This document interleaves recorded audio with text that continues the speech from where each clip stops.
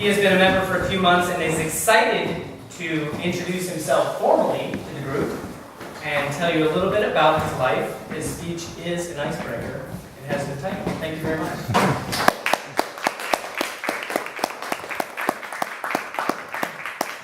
I want to thank Kevin in his search for me today.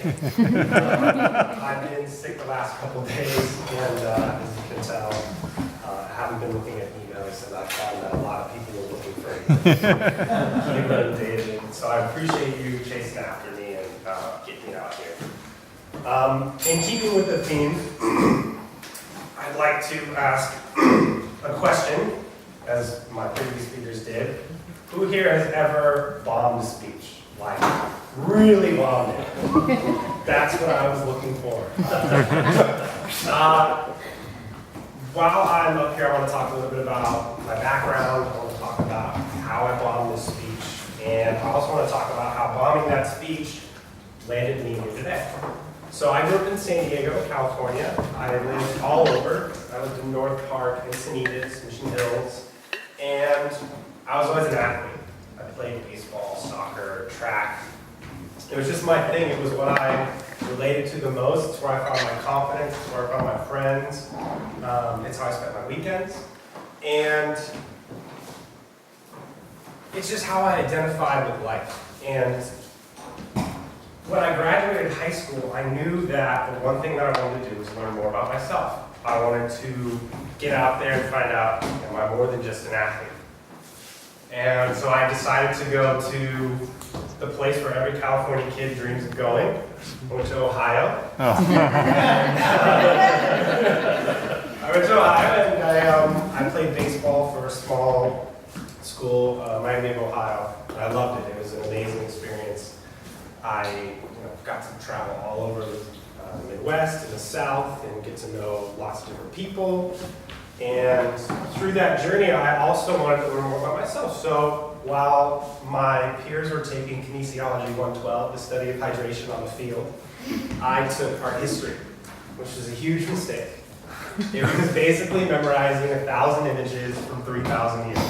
It had nothing to do with what I wanted, which was to learn more about the arts.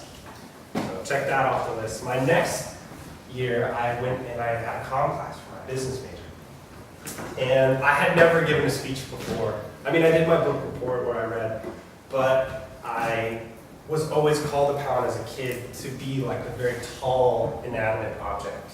I was either a tall tree, a tall grandfather, with no lines, ever. So I didn't have a lot of experience talking in front of people.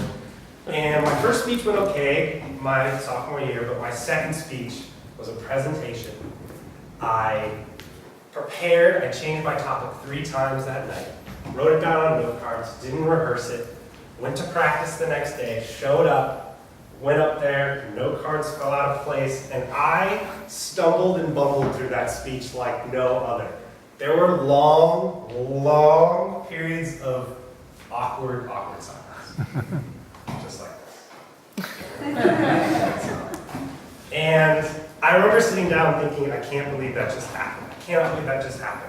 And like a movie, that night I went out and I tried to get drunk and forget all about it. And 3 different people that I had never met in my entire life came up to me and said, "Oh my God, you're the kid from my comm class." That was so bad. I am so sorry. And I just knew that with this art history experience, my interest in the arts, and this place where I knew I thought I could get better at something speaking, I wanted to merge the 2 together. So my 3rd year, I joined an acting class.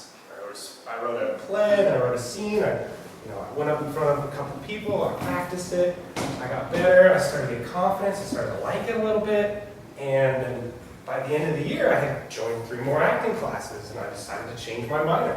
I was a business major with a minor in theater, which is just not a thing, especially in Ohio. So I built up this courage.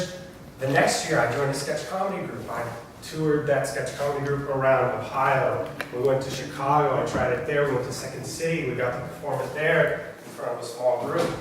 And all the while, I'm building this confidence and learning that I'm more than just what I think I am.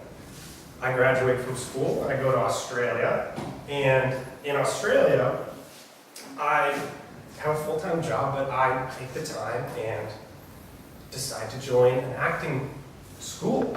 I become a freshman in an acting school, which is something I never thought I would do, and decided that with my spare time, every waking hour, other than being at work, I would go ahead and be a freshman acting student.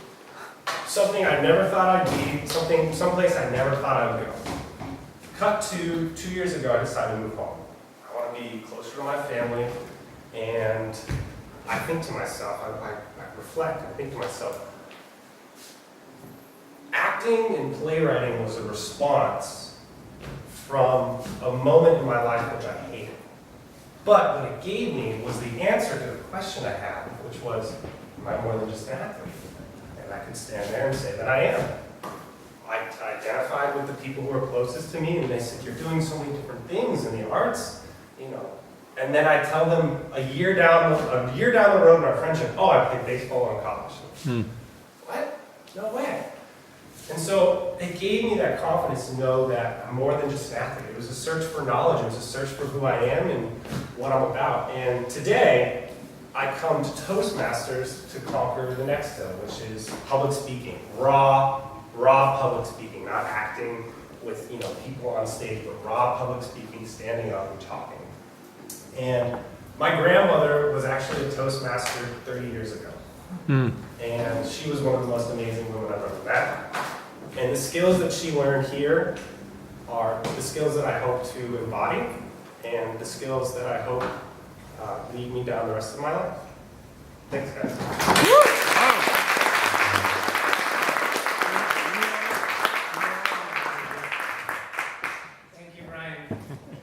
You are more than just an athlete. Yes. And beyond that, the most challenging type of speech is about yourself, talking about yourself in front of your peers or even people you don't know. Incredibly embarrassing. And if our hindsight window was this short for that level of embarrassment, we'd improve every single time. Yeah. Take a moment to